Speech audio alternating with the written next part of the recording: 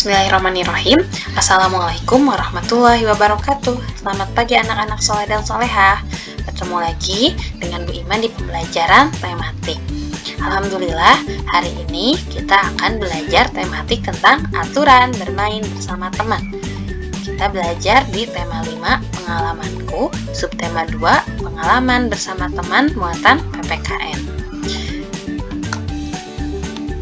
Nah, sebelum masuk pembelajaran, kita akan membaca bismillah bersama-sama.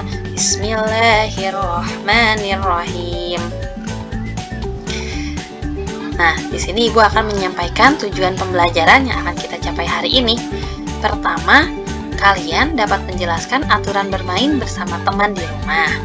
Yang kedua, kalian dapat menyampaikan kegiatan di rumah yang berkaitan dengan aturan bermain bersama teman dengan tepat.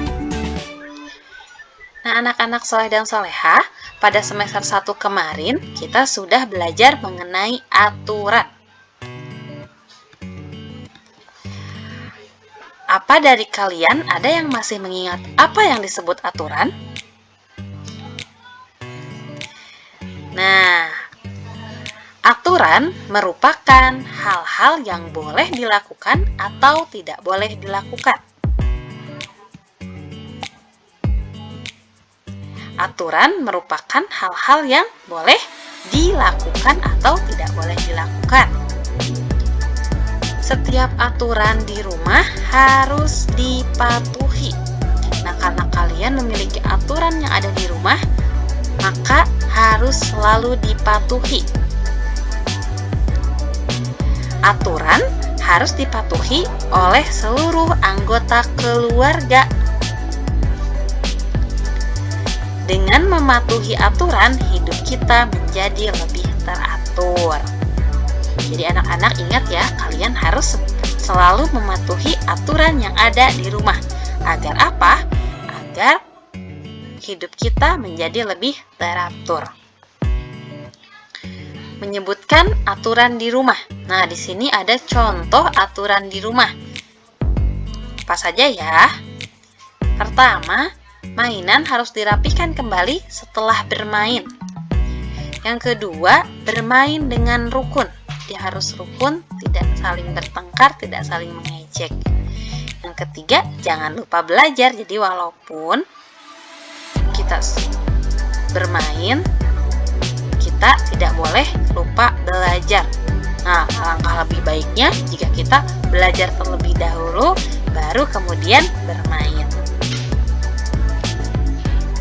Dalam setiap permainan, pasti ada aturan. Aturan bermain harus ditaati. Kenapa sih setiap permainan ada aturannya dan kenapa harus ditaati? Nah, menaati aturan membuat permainan menjadi lebih menyenangkan. Selain itu, tidak ada orang yang dirugikan.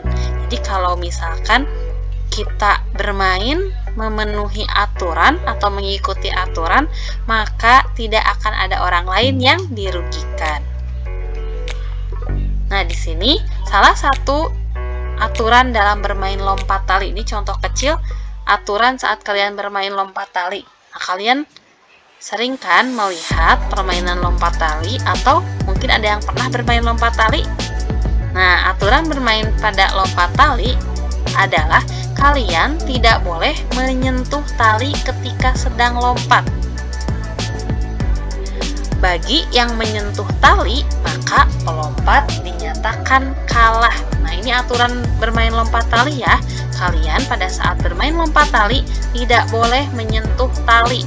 Karena bagi yang menyentuh tali, maka pelompat dinyatakan kalah. Nah, di sini contoh lain.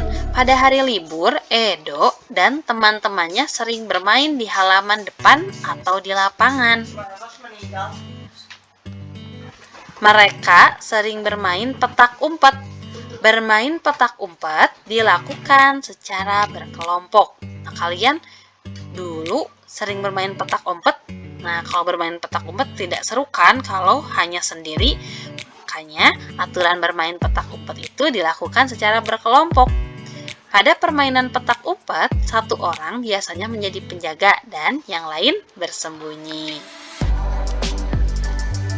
Nah, selain aturan dalam bermain yang sudah kita ketahui, yang sudah kita sebutkan tadi, ada lagi aturan yang harus kita taati dalam permainan atau pada saat bermain. Apa itu?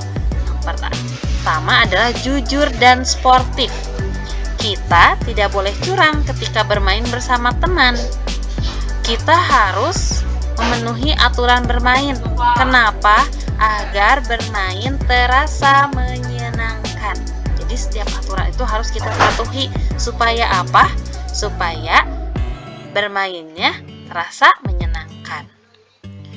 Apa kalian bisa menyebutkan aturan apa saja yang harus ditaati saat bermain bersama dengan teman di rumah? Nah, salah satunya adalah dengan cara bersikap adil terhadap teman. Jadi, pada saat bermain, aturan yang harus kalian patuhi ketika bermain bersama teman adalah bersikap adil. Lihat nih, Siti dan Lani bermain balok susun. Siti dan Lani membagi balok susun untuk dimainkan berdua. Bersikap adil. Nah, saat Lani dan Siti bermain, Beni datang. Beni ingin ikut bermain. Siti dan Lani membagi balok susun untuk bermain bertiga. Siti dan Lani telah bersikap adil terhadap Beni. Nah,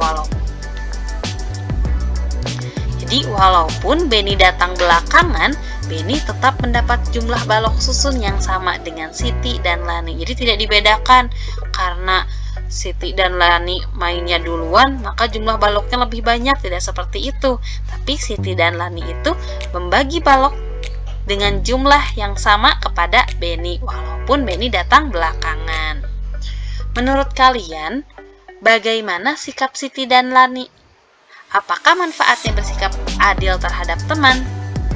Nah, Siti dan Lani telah bersikap adil terhadap Beni karena mereka telah membagi balok susun dalam jumlah yang sama, walaupun tadi Beni datangnya belakangan ya. Nah, manfaatnya bersikap adil terhadap teman adalah agar tidak terjadi pertengkaran dan permainan menjadi menyenangkan. Nah, itu salah satu manfaat dari kita bersikap adil ketika bermain bersama teman. Seru bukan jika kita bermainnya tidak ada pertengkaran? Nah, kalau tidak ada pertengkaran, kita bermainnya dengan menyenangkan, dengan senang hati. Seperti itu ya anak-anak. Nah, untuk LKPD-nya ada di buku pena 1C halaman 47, muatan PPKN nomor 1-5. Nah, ini. Kalian sudah belajar tadi tentang beberapa aturan. Kemudian, kenapa kita harus mematuhi aturan? Kemudian, setiap aturan itu harus dipatuhi oleh siapa? Mengapa perlu dibuat aturan dalam bermain? Itu ya. Nah, anak-anak, terima kasih atas perhatiannya. Mohon maaf jika banyak kesalahan. Assalamualaikum warahmatullahi wabarakatuh. Sampai bertemu lagi.